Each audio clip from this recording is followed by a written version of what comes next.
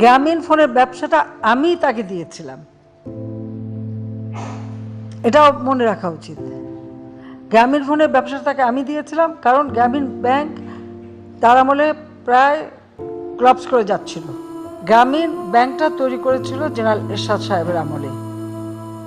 একজন এমডি খোঁজা হচ্ছিল, তখন ডক্টর ইউনূসকে এনে সেই ব্যাংকের এমডি করা হয়।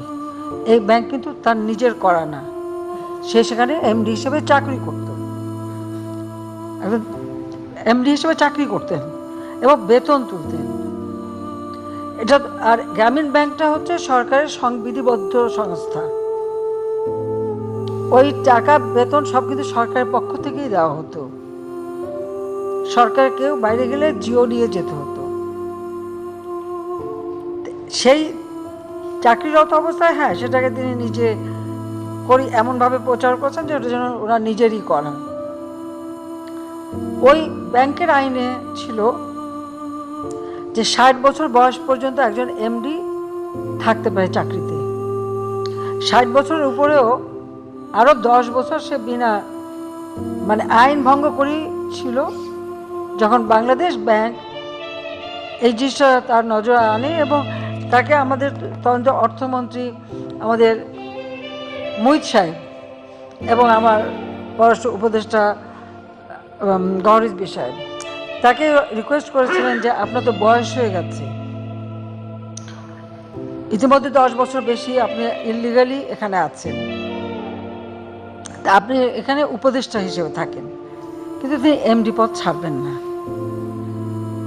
এমডি পদ তাকে রাখতেই হবে।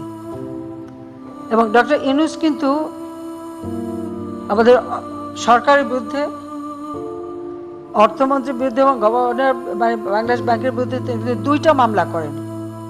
এ কথাটা তো সেই পত্রিকালারা লেখেনি। 2টা মামলা করে এবং 2টো মামলায় হেরে যায়। কারণ হেরে যায় এই কারণে যে সেখানে কিন্তু মামলা কিন্তু কখনো সরকার করেনি, আর এখনো তার বিরুদ্ধে যে মামলা এটা কিন্তু সরকার করেনি। গ্রামীণ ফোনের ব্যবসাটা আমি তাকে দিয়েছিলাম, এটাও মনে রাখা উচিত। গ্রামীণ ফোনের ব্যবসাটা তাকে আমি দিয়েছিলাম, কারণ গ্রামীণ ব্যাংক তার আমলে প্রায় ক্লাবস করে যাচ্ছিল। তখন আমার সরকার, আমি নিজে প্রথমে 100 কোটি টাকা, এরপরে 200 কোটি টাকা, তারপরে আরও 100 কোটি টাকা, এই 400 কোটি টাকা গ্রামীণ ব্যাংকে আমরা সরকারের পক্ষ দিয়ে ব্যাংকটাকে চালু রাখতে তাকে সহায়তা করি। তখন উনি প্রস্তাব দেন যে এই গ্রামীণ ফোনের ব্যবসাটা পেলে এর যে প্রফিটটা হবে সেটা গ্রামীণ ব্যাংকে জমা হবে এবং সেটা দিয়ে ব্যাংক চলবে। তাকে জিজ্ঞেস করা উচিত আজ পর্যন্ত ওই গ্রামীণ ফোনের 1টি টাকাও গ্রামীণ ব্যাংককে দেওয়া হয়েছে কিনা। দেওয়া কিন্তু হয়নি। শুধু এখানেই না, গ্রামীণ ব্যাংকের জন্য অনেক বিদেশ থেকে অনেক সময় অনেক অনুদান এসেছে, তার কয়টা টাকা গ্রামীণ ব্যাংকে গেছে। প্রতিটি সময় ওটা দিয়ে নতুন একটা ব্যবসা খুলে নিয়ে গেছে, ব্যবসা করেছেন, কিন্তু কোনো ট্যাক্সই দেননি। এবং সে যে ট্যাক্স ফাঁকি দিয়েছে এটা তো তার নিজেই প্রমাণ করেছেন।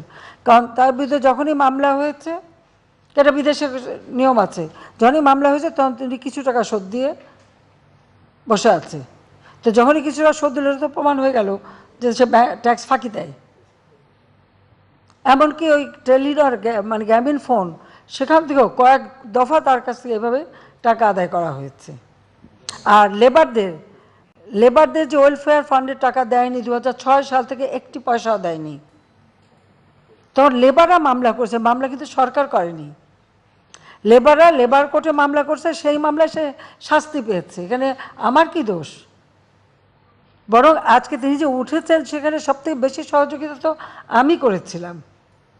তার মাইক্রো ক্রেডিট ইন্টারন্যাশনালি খুব গ্রহণযোগ্য ছিল না। তো আমি চেয়ার হিসেবে অংশগ্রহণ করি, জাতিসংঘে প্রস্তাব আনি এবং আমি সবাইকে বুঝাই। কারণ আমি ভাবতাম যে এটার মধ্যে খুব ভালো, মানুষের খুব দারিদ্র্যমুক্ত করে। কিন্তু ধীরে ধীরে পরবর্তীতে আমি দেখলাম যে এটা দারিদ্র্যমুক্ত না, এটা দারিদ্র্য লালন পালন করে। আর ওই গরিব মানুষগুলি দিন রাত কাজ করার পর যে উচ্চ হারে সুদ দিতে হয়, প্রথম সুদ সেটা যখন দিতে পারে না তখন আরেকটা লোন দিয়ে ওই আগের লোন পূরণ করে তারপরে তাকে সে মানে আবার সে দ্বিগুণ সুদের হার পড়লে করতে করতে প্রায় 40-45 ভাগ সুদ দিতে হতো তাদেরকে। অনেকে এমনকি যশোরে যে একটা এলাকায় হিলারি ক্লিন্টনকে নিয়ে যে সমস্ত পরিবারকে মাইক্রো ক্রেডিট দিয়েছিল সে পরিবারগুলি কোথায় এখন? খোঁজ করেন। জমি জমা সব বেঁচে দিয়ে ওখান থেকে তারা পালিয়ে যেতে বাধ্য হয়, অনেকে আত্মহত্যা করেছে এই সুদের চাপে। আমি তাকে টাকা দিয়ে বলছিলাম যে এত সুদ না নিয়ে তারা যেন একটু সহনশীল করে দেয় মানুষকে, যে মানুষ সত্যিকার যেন দারিদ্র থেকে উঠে আসতে পারে।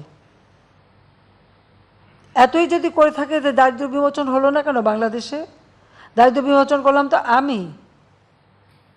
আজকে 41.6 থেকে নামিয়ে আমি 18.7 নামিয়ে এনেছি এই মাত্র এই 15 বছরে। সে ক্রেডিটও নেয়, সেটাও কেউ কোনো কোনো এরকম আপনার আন্তর্জাতিক সংস্থা লিখে ফেলে এটা ওই গ্রামীণ ব্যাংক ব্র্যাক অমক সমক করে ফেলেছে। তো আমার প্রশ্ন যে আওয়ামী লীগ শেখ হাসিনা ক্ষমতা আসার আগে কত দারিদ্র্যের হার ছিল, আর শেখ হাসিনা আসার পরে কত কমেছে সেটা একটু হিসাব করে বলুক না। মাথা পিছু আয় কত ছিল, এখন কত বেড়েছে? গৃহহীন ভূমিহীন মানুষের সংখ্যা কত ছিল আর এখন কত কমেছে সেটা লিখুক। আবার লিখেছে ওখানে কি নোবেল প্রাইজের জন্য নাকি তার সাথে আমার সাথে কারো দ্বন্দ্ব নেই, আর আমি জীবনেও নোবেল প্রাইজের জন্য আমার কোনো আকাঙ্ক্ষাও নেই, কারণ আমার লবিস্ট রাখার মতো টাকাও নেই, পয়সাও নেই, আর আমি কখনো ওটা চাইনি। হ্যাঁ, পার্বত্য চাপ শান্তি চুক্তি হওয়ার পরে শুধু আমার দেশ না, দেশে বিদেশে অনেক নোবেল আমার জন্য লিখেছে। কই আমি তো কখনো তদবির করতে যাইনি, কারোর কাছে বলতেও যাইনি। আমি তো কী পেলাম না পেলে ওটা নিয়ে আমি কখনো, ওগুলো আমার মাথার মধ্যেও নেই। কারণ শান্তি এখন যিনি অর্থনীতি নিয়ে কাজ করলেন ব্যাংকের একজন এমডি, সে যখন একটা নোবেল প্রাইজ পায় তা তার সাথে আমি কন্টেস্ট করতে যাব কেন? পার্বত্য চট্টগ্রাম শান্তি চুক্তি আমি করেছি। পৃথিবীতে যত শান্তি চুক্তি হয়েছে খুঁজে বের করেন, শান্তি চুক্তি হয়েছে কয়েকটা অস্ত্রধারী আত্মসমর্পণ করেছে। আমি পার্বত্য চট্টগ্রামে শুধু শান্তি চুক্তি করিনি, 1800 জন তাদের অস্ত্রধারী ক্যাডার তারা আমার কাছে অস্ত্র সারেন্ডার করেছে। আমি তাদের সকলকে সামাজিকভাবে আর্থিকভাবে পুনর্বাসন করেছি। 64,000 শরণার্থী ছিল ভারতে, আমি সকলকে ফিরিয়ে এনেছি, তাদেরকে আমি প্রতিষ্ঠিত করেছি। পার্বত্য চট্টগ্রামে শান্তি প্রতিষ্ঠা করার ফলে আজকে সেখানে ব্যাপক উন্নয়ন হয়েছে। এর আগে কী অবস্থা ছিল?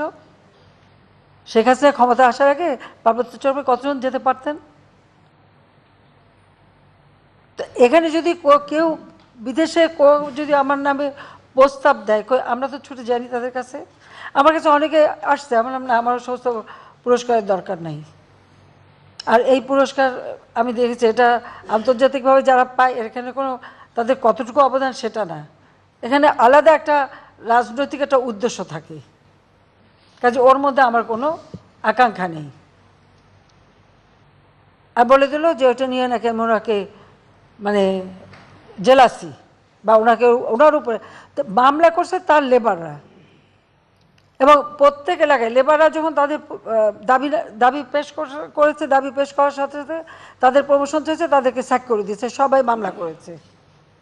আমি তো জানতামও না যে এটা, এবং লেবার কোর্টের মামলা শাস্তি পেয়েছে। তো লেবারদের কি কোনো অধিকার নাই? যারা এত লেবার নিয়ে কথা বলে, মানবাধিকারের কথা বলে, এত কিছু বলে, তারা কোথায় এখন? তারা চুপ কেন? তারা কি এই লেবারদের পাশে এসে দাঁড়িয়েছে? দাঁড়ায়নি। লেবারদের ন্যায্য পাওনা একজনে মেরে খাচ্ছে, চুরি করে খাচ্ছে, সেটা বলেছে কখনো? আর আমেরিকা থেকে শুরু করে ইউরোপ, ইংল্যান্ড, কেউ যদি ট্যাক্স ফাঁকি দেয় সাথে সাথে তাকে অ্যারেস্ট করবে, তার সমস্ত সম্পত্তি বাজেয়াপ্ত করে বিক্রি করে দেবে, এটাই তাদের নিয়ম।